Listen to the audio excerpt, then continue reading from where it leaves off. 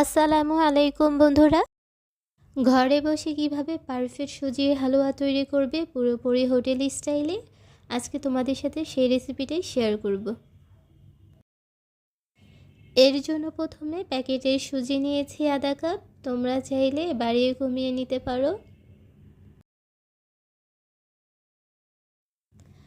আর সুজিটাকে লো হিটে ভেজে নিব 1 থেকে 1.5 মিনিটের মতো।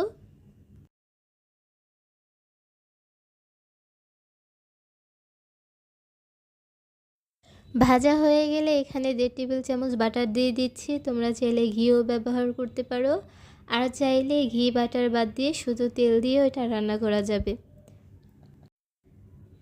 বাটারটা দিয়েও আমি আরও 1 মিনিটের মতন ভেজে নিব।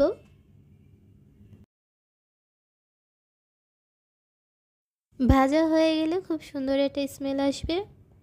এখানে আমি একটা তেজপাতা দিয়ে দিচ্ছি, আর দিয়ে দিচ্ছি 3টা দারচিনি আর এলাচ।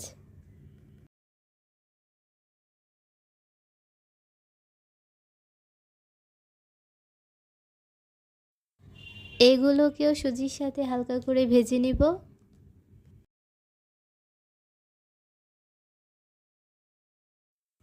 সুজিটা ভেজে নেওয়া হয়ে গেলে এখানে 2.5 কাপ পানি দিয়ে দিচ্ছি।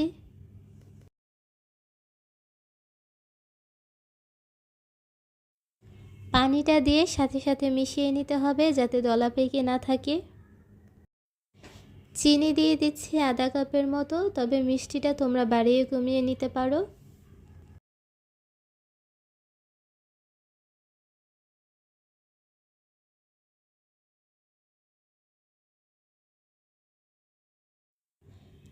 এখন সব কিছুকে ভালো করে মিশিয়ে নিব। সুজিটা যখন ঘন হয়ে যাবে তখন এটা চুলা থেকে নামিয়ে এক সাইড করে রেখে দিব। হোটেলের সুজিটা অনেকটা জর্দা কালার থাকে, আর এই কালারটা আনার জন্য আমি এখানে 1 টেবিল চামচ চিনি নিয়ে ক্যারামেল করে নিচ্ছি। ক্যারামেলটা সুজির উপরে ঢেলে দিব, আর পুরোপুরি হোটেলের মতো একটা কালার চলে আসবে।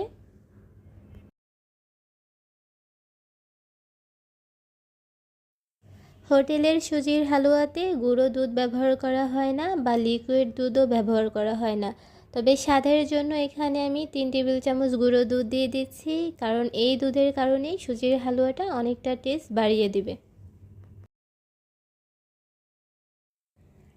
এখন সব কিছুকে ভালো করে মিশিয়ে নিতে হবে।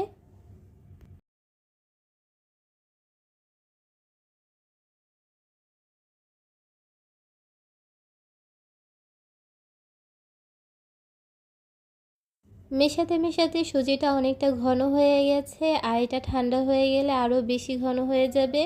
তবে কেউ চাইলে এটা আরও ঘন করে নিতে পারো বা আরও পাতলা করেও নিতে পারো। হালুয়াটা এখন আমি চুলা থেকে নামিয়ে নিব। তো দেখতেই পাচ্ছ বন্ধুরা, কত অল্প উপকরণে আর কত সহজেই তৈরি করা যায় এরকম ভীষণ মজার সুজির হালুয়া। সুজির হালুয়াটা রান্না করলে অনেক সময় সুজিটা গলে যায়, দেখতেও ভালো লাগে না, আর ওই সুজিটা খেতে একেবারেই ভালো লাগে না। তাই সুজিটা যদি এভাবে তেলে আর শুকনো অবস্থায় যদি ভেজে নেওয়া হয়, সুজির দানাগুলো পুরোপুরি আস্ত থাকে, এটা যেমন দেখতে সুন্দর আর এটা খেতেও ভীষণ মজার হয়। তো খুব সহজ উপায়ে তৈরি করে দেখালাম আজকে হোটেলের স্টাইলে সুজির হালুয়া। চাইলে যে কোনো সময় এটা তৈরি করে সকালের নাস্তায় বা এমনিও খেতে পারো। তো রেসিপিটি ভালো লাগলে অবশ্যই একবার ট্রাই করে দেখবে।